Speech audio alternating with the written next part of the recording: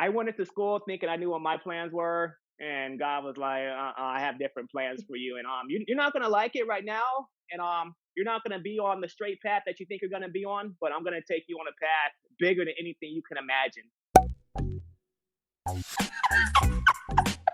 Oh no! Yeah.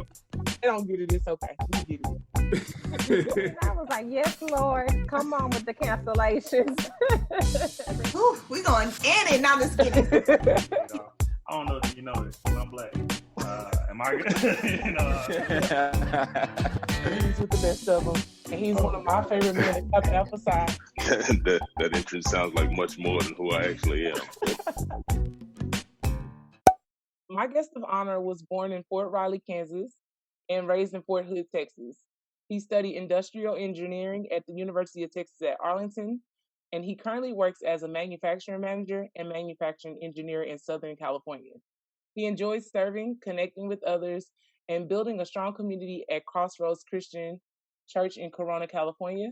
And some of his favorite activities include working out, diving into the stock market, taking Spanish courses, and preparing to buy a house.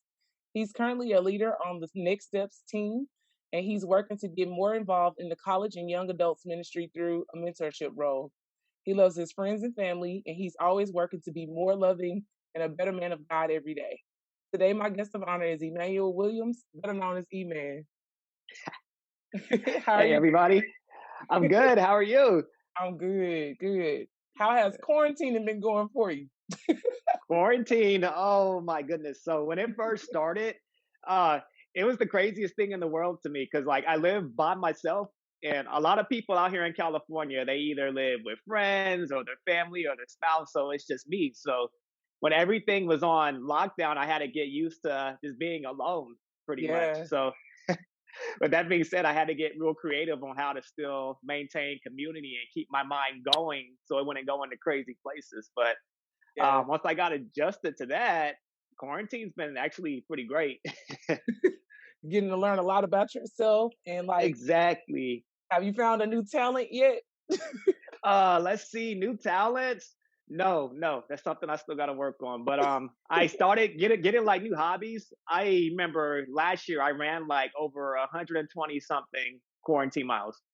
So Wow. yeah, I got back into running before. I never used to run that much in my life, and then started with the whole stock market thing, so I could start building wealth and investments and everything.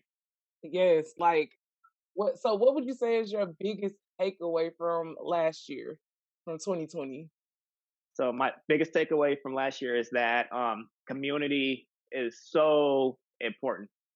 Um, what I learned the most, well, I've already learned this lesson, but last year just confirmed it. We weren't made to be alone, and we weren't designed to be alone. Um, and like God places people in your life so that you can have community with and like really grow with them and people that'll hold you accountable. So what I learned is that wow, you really need people, even if you think you don't. Isolation is good for certain amounts of times when you just need to rest and recuperate, but community is just so important, and having that support system just really helps out in more ways than you think. It definitely does because I feel like if we're alone, we're able to like, give ourselves excuses or like, push it to the side. But when you have people in your face holding that mirror, like you said you're gonna do this, I need Right.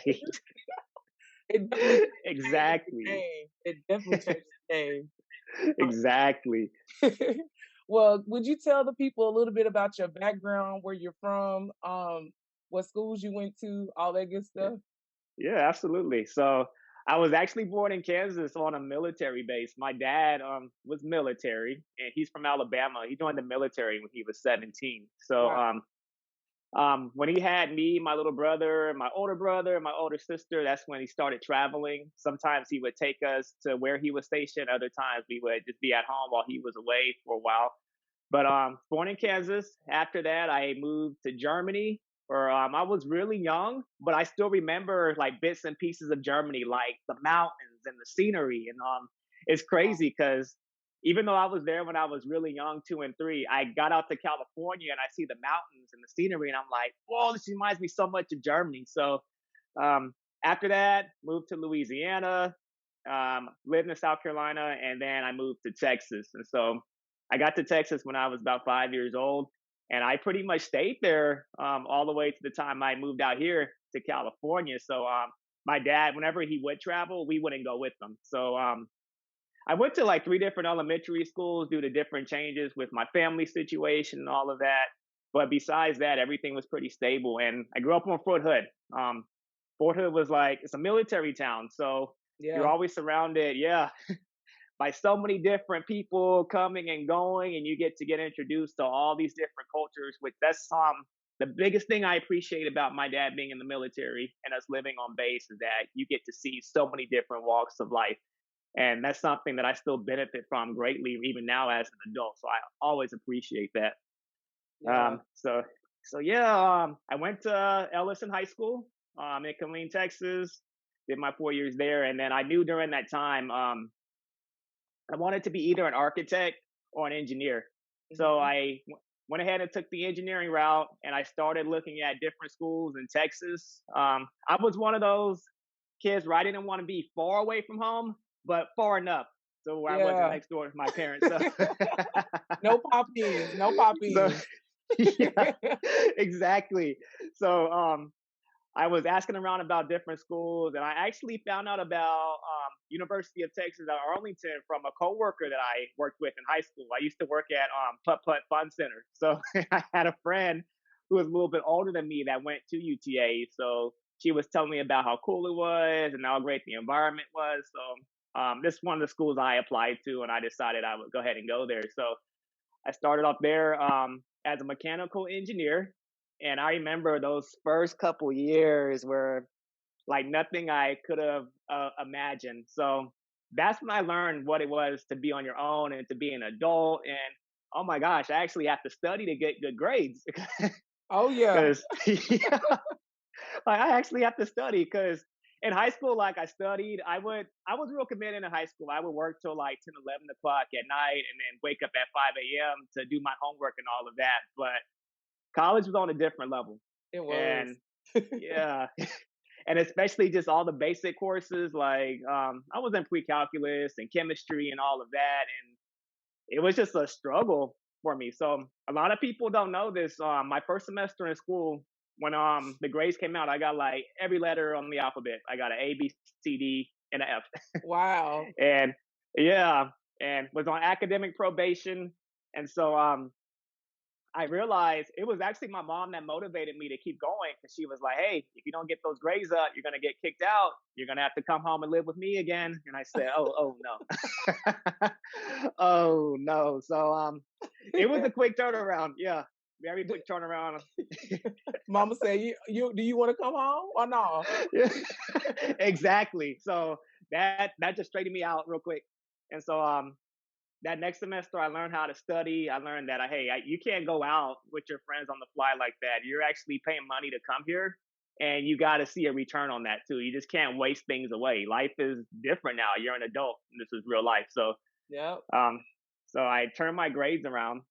But as I got further and further in to mechanical engineering, I realized that this isn't something that I really enjoy, and I'm one of those guys where if I start something, I'm gonna do everything I can to finish it because I don't like to quit. Because quitting just makes me feel guilty and like I failed.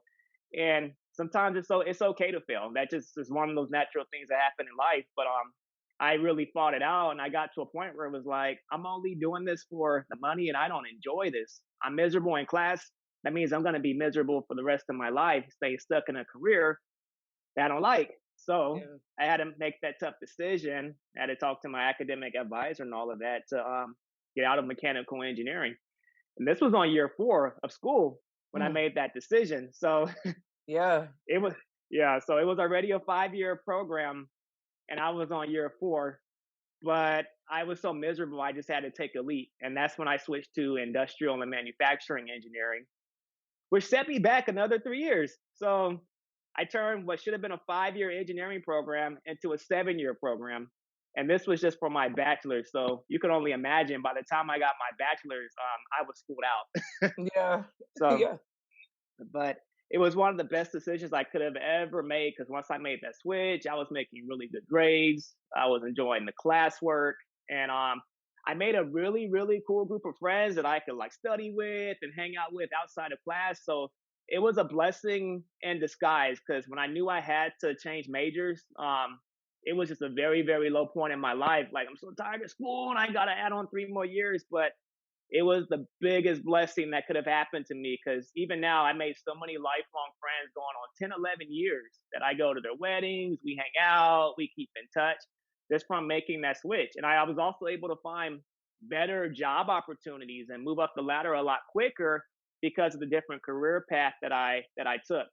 Yeah. So I went into school thinking I knew what my plans were, and God was like, "I have different plans for you, and you're not gonna like it right now, and you're not gonna be on the straight path that you think you're gonna be on, but I'm gonna take you on a path bigger than anything you can imagine, and bless you with things bigger than you can imagine." And that's pretty much what happened there. So I was Wow. watching, yeah, the the friends I started school with, I was watching them graduate around me and get jobs, and I'm like, oh, I'm just running so behind, and but it ended up being just really, really good and so much worth it at the end of the day. So just because you finish last doesn't mean that you're gonna finish the worst, you know? So Yeah, absolutely. You want to mhm, finish in the right way though, because yeah, first of all, I want to commend you for even making the switch because a lot of people would just like finish it out and then be miserable the rest of their lives. hmm, So yeah, I'm thanking God that you made that decision because now your life is completely different from what it would be. You probably wouldn't yeah, even be a mechanical engineer if you sure, if you would have yeah, finished. Um, yeah, that's amazing. Like I just feel like a lot of students need to hear that because half of them are in majors that their parents chose. hmm, So, hmm, we want to be honest about that. But yeah. you mentioned your friend group and I want to ask you like what are your five non-negotiables when it comes to the people that are around you? Because community is important, just like you mentioned Yes, earlier. So what are yes. those? So it's funny you asked that. I was just I learned a very important lesson like over 10 years ago, and it actually just came up this week when I was reading some stories on Instagram where it says look at the five closest people that you keep in your life because those are the five people that you're gonna be around. So the five Hmm. people you spend the most time with, they're gonna rub off on you. They're with the saying like it doesn't always apply, but birds of a feather flock together. Yeah. But if you're surrounded by five successful people, you're gonna be the sixth successful person. You're surrounded by five confident people, you're gonna be the sixth confident person. So when it comes to the people I surround myself with, pretty much having drive and focus to be successful, that's one thing that's a non-negotiable for me. Hmm. Um, and I'm not one of those people that say, hey, if we can't build together, we can't chill together. Everybody's different, but if we can't build together, then maybe I can't spend all of my time with you. I need to spend more time with those people that I'm trying to aspire to be like. Yeah. So, so having that strong drive is one thing. Um, having confidence.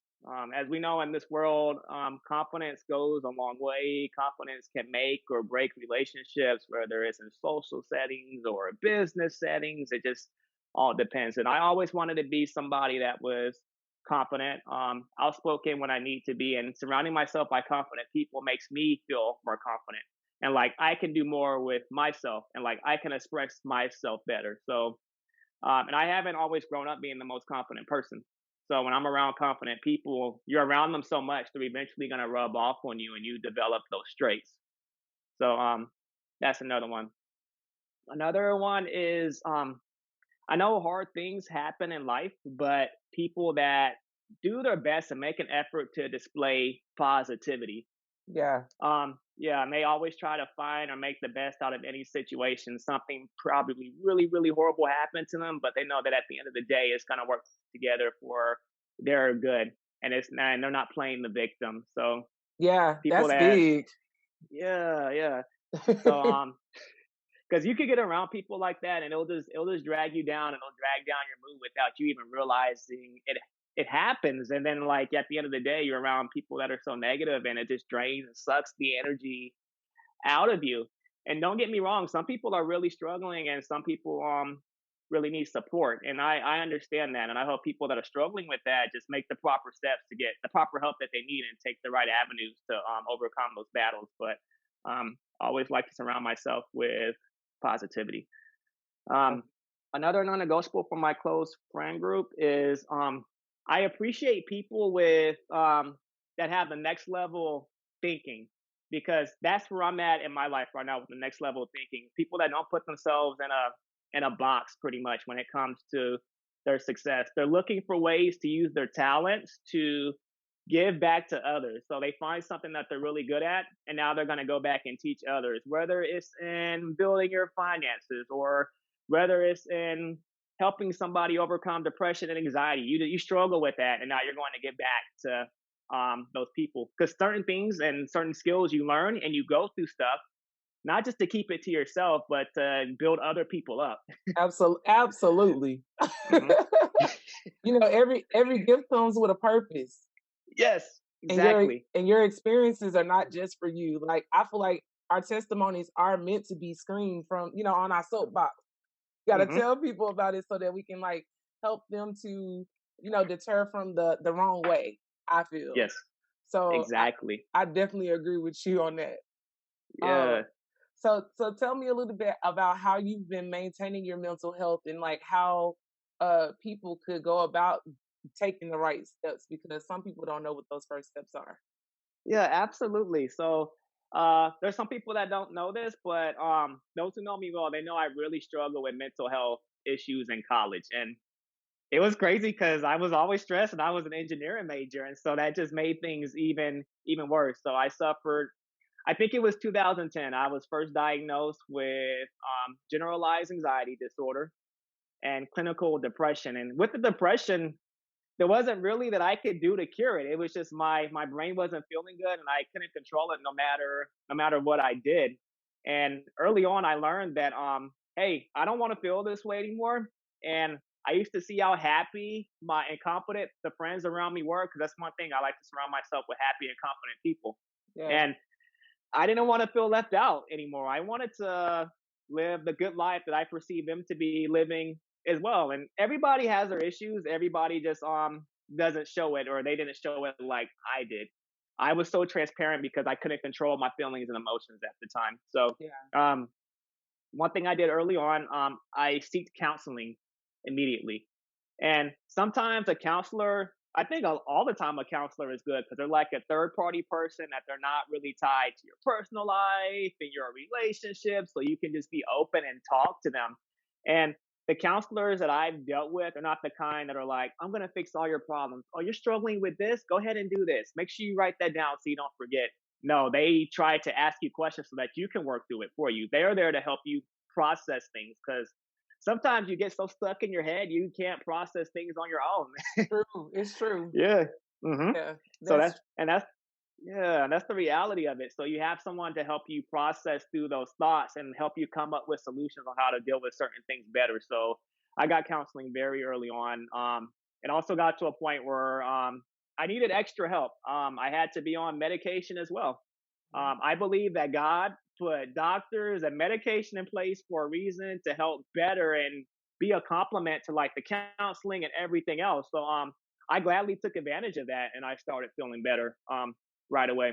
Yeah. So one thing with the medication, it doesn't just automatically fix you and you're all happy and joyful all of a sudden. You have to retrain your brain on how to think and handle certain situations when they come up. And the medication helps you do that a lot easier. So once you're on that and you're retraining your brain is being rewired and you're building better habits. So Yeah. yeah, that's one thing I had to do too. And I started this journey 10 years ago and it's been off and on. But I even had to start it back up again in my 30s because I wanted to be the best me that I could be so I can continue to give back to others, my friends, people in the church. Be prepared for when my family gets here, when I start building my family. Also, exercise is important. Yeah. so It definitely, so exercise is important. yes.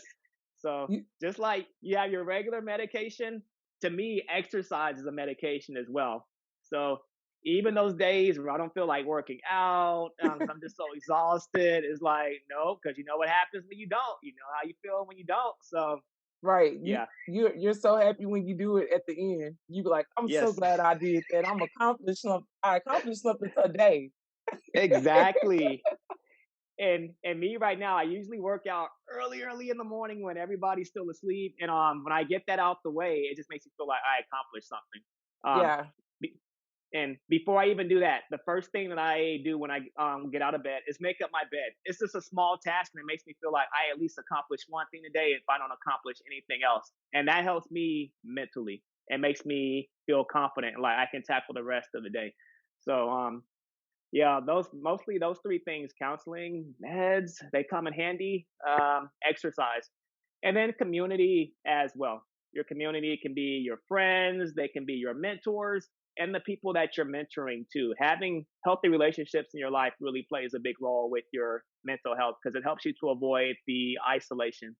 When people are isolated, they go deeper into their thoughts, and then it's in a whirlwind, and you can't get control of it. But having community helps you get you out of that. Yeah, So, definitely. oh, mhm. Tell tell me a little bit about your church community because I see that's something that you feel is very helpful for you and they've been there for you and everything. So tell me a little bit about your church community. Yeah. So my church community is one of the best things that happened to me since I moved out to California. When I first got to California 4 years ago, that first year was a struggle, and I was ready to go back home because I was just so uncomfortable. I wasn't making friends out here. I was struggling with X, Y, and Z. Everything's twice. It costs twice as much out here, and it was just Oh, yeah. yeah. So I ended up having a job change. I found another job like in the next city over. Started off as a manufacturing engineer, and then I actually ended up moving into a new condo when I had that job change. So when I made the move, I said I need to find me a church that's close, something that's probably modern, something that's too big, but something that's not small as well, because I really need to start building community out here because I feel like I'm just all alone pretty much. And Yeah. don't get me wrong, I had some friends out here, but I just didn't feel like really connected like I wanted to be. It didn't feel like home. So that's Yeah. when I found my church. I go to Crossroads Christian Church in Corona, California, and it's such a big church, but you can make it as big or small as you want it to.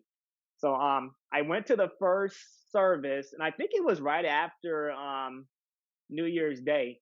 And I was just testing it out. I said, I'm just going to do a little bit of church hopping and see if I find something I like. And then after that first service, I just felt so moved by the worship and the message. And the message was just real. It's that kind of message that it offends you and it makes you want to run away out the doors. But That's I what you said, need whoa, though. yeah. I said, whoa, I really need this. And so I said, this is going to be the church. And this is where I'm going to stay. And this is where I'm going to come every week. So that was the first step. I was ready to take my next step, which was to get involved. So they do that thing where they do the altar call and all of that. And I was still broken, struggling from my moving to California struggle. So I went up, I did the altar call, and I got counseled on like some next steps that I can take. And that's when I started getting plugged into small groups. So I started joining different what we call life groups to build community, and that was the starting point that tipped off everything. Because once I started joining life groups, I started making friends here and there, and finding people my age that I had things in common with, which I couldn't do just sitting at home by myself without a church community. Like no friends are gonna come knocking on my door. Hey man, I heard you were looking for friends. Here we are. It's not like that. So I had to actually get out there, step out of my comfort zone, and start meeting people. And I get asked all the time, hey, what steps do you take to really put yourself out there and get out of your comfort zone? It's just so hard. I say, just do it. You don't even think about it. You just got to do it. Yep. And yeah, and sometimes just by showing up, the rest is gonna fall into place. So I started building community, making friends. I started serving. I started as a front door greeter, and then I started meeting people. People would notice how cheerful I was. Oh, you're smiling all the time. It's so good to see you. And then as they would walk into the church, you would shake their hands or give them a hug, and they would tell you, "This is the only hug that I get all week, and I just really Wow. appreciate it." So, and Yeah. yeah, and I wasn't always excited about serving at first because I was still kind of broken. But I thought I was gonna serve being a blessing to other people, and it actually ended up being a blessing to me. And Yeah. little by little, my community and my friendships just grew, and everything just stemmed off to the point where, hey, I know I didn't like California, but I actually want to stay here now because I feel connected, and me getting to know all of you guys and spend time with you, I'm actually starting to feel planted, and this feels like home. Yeah. And yeah, That's because you were and then it intentional about it, though. exactly, Very intentional. intentionality goes such a long way. It And definitely there's some does. yeah, and there's so many people that aren't intentional because they say, "Oh, I'm just too introverted or I'm too shy." But hey, when you hit that point where you're just so lonely and isolated, you'll start doing anything and everything outside of your comfort zone just to put yourself out there. And that's the steps I had to take as well. Yeah, I think a lot of people don't realize how valuable they are, and like how the world needs them. Like we Yeah, need that light from you, from each person, because it's necessary for us to see others. You know what I'm saying? And we learn exactly. so much from other people's experiences. We learn a lot about ourselves from their experiences. So it's always good to have, people from different backgrounds, different cultures, just a whole plethora of people. You came from the International School of Students, UTA. So, you know, True. that is the So true. International School of Students for That real. is the truth. But yeah, Absolutely. I think that that's amazing. And whenever you serve, it's interesting how you go out to feed other people, but you always end up getting fed. Which the fact that you said that is like I just said that earlier today. Ah, that's amazing. Yeah. That's amazing. That's the whole. I feel like that's the reason God wants us to serve. He's just like, look, I gave it to you. It's a cycle. I give it to you. Right. You give it to somebody else, and it comes right back to you. Right. I feel Wow. like everybody is positioned on purpose. You're in this place on purpose for a purpose, and that's just how I feel. Yes, Yeah, it's true. It's very true. It's just based on how much value you put on it, exactly. and gift wise as well. So, I want to ask you real quick, like, what do you feel like your purpose is? Do you know what your purpose is? So my main purpose, I always think about the biggest struggle that I had in my life, which was anxiety and depression. And now Hmm. being able to get to a point where I can manage this and be healthy and still do everyday life, I feel like I have to give back. The struggle was so bad, and I say to God all the time, God, I know I couldn't have went through all the struggle for just no reason, because it not only affected me, it affected my family, it affected my friends, them having to see what I was going through, me putting Hmm. them through stuff. I don't want all that just to be for nothing. I don't want it all to be a waste. And Yeah. if I can do everything I can to prevent anybody else from going through those same struggles and challenges, because I did a lot of damage with to my family and my friendships, and luckily, the ones that were meant to stay, like they stayed. But if I can help make that easier on people going through that same situation, I want to go. And then also for my purpose, my biggest struggles in life took place from the ages of 18 to 30. And that was one of the times. And don't get me wrong, I had amazing parents who helped me through this stuff, but I just wish I had like more mentorship that was in close proximity. Yeah. So yeah, and I feel like my purpose is to get back to that age group where you're going through the ages of 18 and 30, and you're trying to find yourself. You're trying to navigate through friendships and relationships and starting your career, and then making that transition into starting a family. And I just want to be that person that's there to help walk others through that process. So I feel like 18 to 30, those are like my defining moments, where I've been through some stuff. Yeah. And I want to help other people get through that same stuff. Yeah, just with my experiences, because telling your story is important, and it helps people to relate, and Hmm. people want to relate. So yeah, Yeah. so I think Y- anything. Your pain births your purpose for sure. Exactly, It definitely exactly. does. And these kids need us, like, That's in so such true. a major way, because if their parents aren't teaching them, or if they don't have a mentor, the world is going to teach them. And that we Hmm. don't want, Yeah, because it's exactly. ever changing. It's like, like it's ever changing. So I am so Yeah, excited. I can't wait to see what you do with thank your you. mentorship and like how you serve your service Yeah. component. gonna be great. Thank you so much. Thank you. Thank you. I'm looking forward to it as well. Yeah. So, will you tell me a little bit about your career? Like, what do you do exactly, and like what all that entails? All right. So I had double roles right now. Um, my last job I started in 2017, so I just hit my 3 year anniversary a couple months ago. So I started off as a manufacturing engineer. So I was doing a lot of cost savings projects, continuous improvement. So fixing things up around the factory, improving processes around the factory, making sure the paperwork flow is working well and seeing what can be done better. Process improvement and cost savings there. So when I was there for after about a year, we had some changes in the company and some people left. The manufacturing manager actually left and went to another job. And just because the way the business was doing at that time, they didn't want to bring on new people and they wanted to cut costs. So I got put into a second role as a manufacturing manager and I took on I took on 50 employees. I was managing like two originally. And 2 to 50. Wow. yeah. And like, hey, I'm like, whoa, I just came here to be an engineer. And now, now this. So yeah, I took on the manufacturing manager role, managing two shifts because we were running 24 hours a day, 12 hours per shift. So that was just a drastic change on me. And I say, you know what, this is a good opportunity. So I'm just going to learn and stick it out and get more management experience. And I never really had a chance to get, and this can help me in more ways than I think.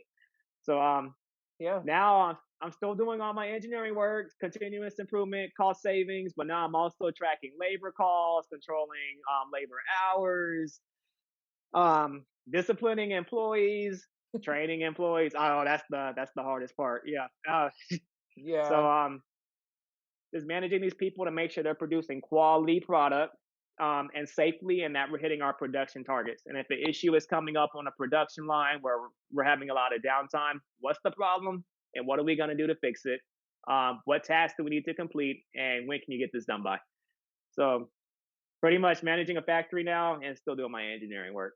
Making sure we get this stuff done. Exactly. So that's been going on for 2 years, and obviously that's played a major toll on like how much sleep I get, my stress level, and all of that. So I really had to take extra steps outside of that to make sure I exercise and maintain my mental health because there's no break. There's no break with it. Yeah, because you're managing a lot of people, and that's a lot of personalities to manage as well. So Yes, it's a whole nother level to that. exactly. And it's harder when you're a working manager. You're trying to manage the group, but you're still trying to get your tasks done too. So Yeah. so What made you choose engineering though? Like out of all careers, like what is it about engineering that you love the most? So I knew since I was a kid, engineering or architect, and then my family always pushed me in that direction because they said, "Oh, you're so smart, you have the brains you need to be an engineer." And it's funny, I have three other siblings. Two of them went to the military, and then me and my other sibling went to college. I had a choice to go to the military or to college, but my family was like, "No, you have the brains. You're going to school." Okay. And that's what I did. But I always used to grow up like drawing houses and floor plans and building Lego houses, taking stuff apart and all of that. So that's like the typical thing that you hear of engineers when they were kids. So yeah, I did all that. And then I was very good at math when I was in Wow. school. So it just seemed the natural route for me to take. But it's funny, from age 5 when I started all that stuff to age 18, that always stuck with me. And there was never a question in my mind of what I wanted to be when I was growing up. Because, you know, some kids in high school, they don't know what they want to do when they graduate. And that's okay. You still have time to plan that out. But Mhm. it just stuck with me. I guess God put it in my heart, hey, you're going to be an engineer. Yeah. So You know what's funny, E-Man? We have a lot of things in common because my older brother retired from the military, and my mama said choose a uniform, a school, or make your business. I was like, school. He chose the uniform. I was like, no. And a lot of people don't yeah. know that when I was younger, like I thought I was gonna be an architect. I thought I was gonna be in architecture. I thought that until I saw Yeah. all the math. I said, "Oh Jesus." I said, "Can I just design it and then somebody else do that part?" Because Right. yeah, I had to get out of Yeah. there real quickly, man. I couldn't do it. I hear you. It's That no is not my joke. ministry. Hey, it's not for everybody, and I Uh-uh. respect that. Uh, oh, absolutely, Took that absolutely. exit stage left quickly. I said, "Oh no, I cannot do this with all this math." But my brother has all the math whiz. He's the math whiz, and Yeah, I'm the writer and the historian. So, that's awesome. but That's yes, awesome. that's crazy. My Hey, mama split it between us. yeah. Hey, you need both, so that's what I'm talking about. Yeah, we Yeah, balance each other out. Because that's look, right. That is awesome. So yeah, so so yeah. tell me what does God mean to you in your life right now? Like what is he to you? Right now, God is teaching me that kind of what we touched about earlier, that you're here on purpose for a purpose. Um, there's so many times where I could have given up. I used to live like pretty reckless, and I used to put myself in danger. And by God's grace, I'm still here. He kept me Yeah. because I'm here on purpose. And one thing He keeps telling me is that, hey, it's not over yet. I have purpose for you, not now, but also in the future. So I need you here. I need you tuned in, and I Mhm. need you to stay in relationship with me so that we can make some things happen. And that's been like this biggest thing that He's been telling me, is as of recent. So to me, God means purpose. God is trying to show me and tell me my purpose. And I don't know where I would be if I just wasn't in relationship at all with Him. And I know Yeah. different people aren't really religious. I'm not overly religious. I just I love the Lord. I try to be in a relationship with Him, and I keep it real. So but right now God's just teaching me that you have a purpose, and I need you to stick with me so we can carry it out. Okay. Yeah. I definitely agree with you when you say that I'm more focused on the relationship that I have with God versus, Mm. over preaching religion. Um, Yeah, but I mean, it's different for everyone. So, you know, right. depending on what Yeah, what you, it just depends. But anywho, absolutely. because that's a deeper conversation. It's just Yeah, I we're not know. gonna get into that. No, I hear you. So, what would you say is helping you create your self image right now? Let's see. Create my self image. Um, my drive. I have so many things that I'm trying to do right now, and I'm always thinking about my future. Yeah. And how do I explain it? I've always been like too much into my career, which prevented me from pursuing other areas of my life that I want to pursue. Like I haven't started a family yet. Hmm. I've just been so career focused, and I don't think there's necessarily anything wrong with that. People just move at different paces in life. But Yeah. every time I think about my future, I think about the self image that I want to create. So I want to be very career oriented. I want to build generational wealth. Um, I never want my family to have to struggle for anything. And I want that to carry over for generations to generations. And so the drive that I have inside of me for my future is also helping to build that. Um, Yeah. so mostly just the drive is helping with self image, and just I have all these plans that I want to carry out, and that keeps me motivated Yeah. pretty much. Hmm.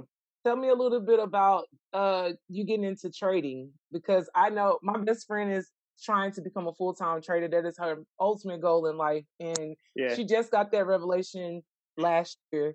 Like yeah, it was like she saw it, like the vision came. So, mhm. tell me a little bit about trading and like how everything's going with that. Yeah. Okay, so I just started trading last February. This was right before the quarantine hit, and once like COVID-19 hit, the stock market dropped, Yeah. and just about everything was on sale. So I said, "Hey, I've been wanting to do this for a long time. Now's my chance to get in." And my dad, he's been in the stock market since he was in his early 40s, so he's been in the game like 22 years. So he invests Wow. in stocks, mutual funds, index funds, gold and metal, and just all that stuff. And so he always tells me and my siblings, "I wish I would have started what I'm doing now when we were your age. I Yeah. want you guys to be multimillionaires, if not more, by the time you get to my age, and not ever have to worry about anything." And so, my dad's always been into that stuff, so it's always been in the back of my head. I just couldn't find the right time to pull the trigger. So Yeah. when COVID-19 was going on, obviously you're in isolation. You have just so much time to think about everything. So I started thinking about my future. Yeah. And I took advantage of that time because I didn't want all this time in isolation to be pointless. I wanted my isolation to have a purpose. Yeah. And yeah, and what can I do to start looking towards my future? So that's when I got into the stock market. I started getting mentorship from my dad. I started doing research either online, even watching YouTube videos. What is a stock? How do you research a stock? When do you buy a stock? When do you sell a stock? Just all the basics. And then it gets complicated, like the price to earning ratios and just all these other different equations you can use to try and determine a stock's value or a company's value. So I got into that because I kept having in the back of my head, I want to build wealth. I want to build wealth. And even though I've been saving and putting money aside in different places, my money is not going to go far just sitting in a savings account. Yeah. And I had to get mad because about how hard I work. I work so hard to make my money. So how do I now make my money work for me? Yes. Invest. And I had to get Definitely. angry about it. I had to get angry about that. And that's when I decided I'm just gonna dive in deep. So I'll start slow. I'm gonna use 2020 to invest some money, make some dumb mistakes, and learn from it. So that when 2021 comes around, I'll be in a better position to invest. And I would have already done all my research and learned these lessons already. So, and it Yes. was just another journey that I took on to help keep my mind on something during COVID-19, pretty much. So, Well, that's a yeah, good I one just, to choose. so just like I took up running and working out in a big way, I took up the stock market too. I just needed to stay focused and stay busy and within activities, pretty much. Yeah. That's how I got into trading. Whenever you get to a point where you feel like you can teach it, you definitely should teach your students that you mentor, because the younger the better. Exactly. Like your dad said, Hmm. honestly, I'm 33 and I'm just now getting into that, and like Hmm. trying to make sure that I invest and have, high yield savings account and all of that kind of stuff. But Yep. the earlier you talk about this stuff with the kids, they learn the language, they will go beyond what you could ever, and that's Right. the goal, Right. for them to be better than us. So Right. I think that's something you definitely need to pour into them. Absolutely. And I was just telling a friend this week, I want to make sure that I'm all settled with this and I really know what I'm doing so I can start teaching others the way, pretty much. Yeah. And a lot of people these days, they're like struggling when they're later on in life and with retirement because they're not making good decisions financially right now. And right now is when it really matters. So, Yeah, our culture is really struggling with it, because I mhm. feel like a lot of us want to look rich, Mhm. and I don't think they understand the difference between being rich and being wealthy. Um, Right. it's true, like really, most of us are the first to go to Exactly. school in our families. Like most of us Yeah. have never seen a wealthy person. So Mhm. what is that? They don't even know what that is. Right. It's the Exactly. D boy on the street with two watches on and all the chains and all Yep. the girls and all the cars. That's Yep. rich. Yeah. So Exactly. we got to And redefine that for them. and that's kind of what I was talking about earlier with that next level thinking. That's Yeah. what we really need to incorporate, and that's what the youth needs to work on incorporating more is that next level thinking. So, for example, instead of buying that expensive pair of Nikes that you want to get, why don't you invest in Nike stocks? Nike is a solid company that's doing well, and their stock is always going to grow. So, Hmm. make money off of them, and then let them pay for that pair of shoes you want to get. Yep. They Instead of own buying the newest Jordan. iPhone. Yeah, exactly. They So own Jordan. So you'll never be broke. yeah, so it's stuff like that. That's next level thinking. Let your profits get you the stuff that you want to get. Like own instead of owning the shoes, own part of the company, and this is next level. So Then you can buy more than one pair of shoes if you want exactly, to. exactly. Yeah. Well, I wanted to ask you, how do you define success and happiness? To me, how I define success and happiness is that's a really good question. For me, success um goes hand in hand with happiness. I feel like you're successful if you're healthy, you feel good on the inside, and you're in a place where you can give back to others. To me, that's being successful, where I feel good, I'm healthy, and I'm able to give back. Um, and happiness to me, that's also a really, really deep one for me, just struggling with ever being happy Hmm. and just feeling so down. Happiness to me, is just having energy to get up and go about your day, and knowing that there is hope in the future. There's hope right now, and that you don't need to have that feeling of hopelessness or wanting to give up. When I used to feel hopeless all the time. I had trouble getting out of bed. I would take 3 and 4 hour naps in the middle of the day. I slept through classes. I slept through plane flights. I slept through just stuff like that. And yeah, when I was able to get out of that stage and just to make myself feel happy and whole again, I mean that's happiness. That's happiness to me. Yeah. Yeah. I think that you're now on a journey to finding joy because Mhm. the fact that you said you want to be of service and pouring into other people, you're going to discover that very quickly because Mhm. you're on the path towards it. I will say that to you. Thank you. I really believe Thank that. you. Thank Uh, you. Thank you. Do you believe your purpose is a journey or a destination? I believe my purpose is a journey, to be honest. Because when you're carrying out your purpose, you're going to go through so many ups and downs, and you may think that the path is going to be A, B, C, D, E, F, but God may take you from A to Z to Y to X, and that's the journey. It's something that it's a mission. Real talk. So yeah, so even even trying to carry out my purpose right now, and how do I want to go about it? Where do I want to start? Who do I want to mentor? It's taking work, and it's a path. And Yeah. so God is funny because he definitely yeah, will be like, okay, we're gonna put you on this steady path. And then he'd be like, oh, yeah. turn right, turn left. I was like, can I have a blinker, Jesus? Can you give me a Yeah, blinker? exactly. And the cool thing about God, like even when you get off I guess the path that you think you're supposed to be on, he's like your navigation system. You get off path and he's gonna be like recalculating every single time until you get right back on track. So It's true. I always tell yeah, my students there's nothing you can really do to mess it up. Like you might right, as well go ahead and submit to the vision because you're gonna ultimately get there anyway. right, exactly. Now you So choose I the good think path or the bad path. yeah, exactly. So yeah, my purpose I feel like is always gonna be a journey until the day I die. So Yeah, always. absolutely. And my last question is if you knew then what you know now, would you change anything? Yes, I know some people be like, "Oh, I don't have any regrets. Everything happened the way it was supposed to happen," and I do. I truly believe that all things work together for your good. I believe that Yeah. even if you mess something up, it's gonna work together for your good. The only thing I wish I would have done more and early on between my 18 and 30s was just trust God and just know that everything is gonna be okay. I feel like my anxiety levels would have went from 100 down to probably a 5 if I just trusted God, knowing that everything was okay. Because every single thing I struggled with, there wasn't one thing I struggled with during that time frame that didn't work out for my good. Yeah. Not one thing. Yeah. So that's the only thing I would have changed. I wasted all this time worrying, and everything's okay. Yeah. Everything's So always gonna be okay with him. Oh, I got a bonus question really quick. all right. When you turn 30, like did you feel any different? Did you feel like it was like, okay, I'm done with that. Now I can be here in this space present? Because some people hate turning 30. I'm like, I don't know why, but yeah.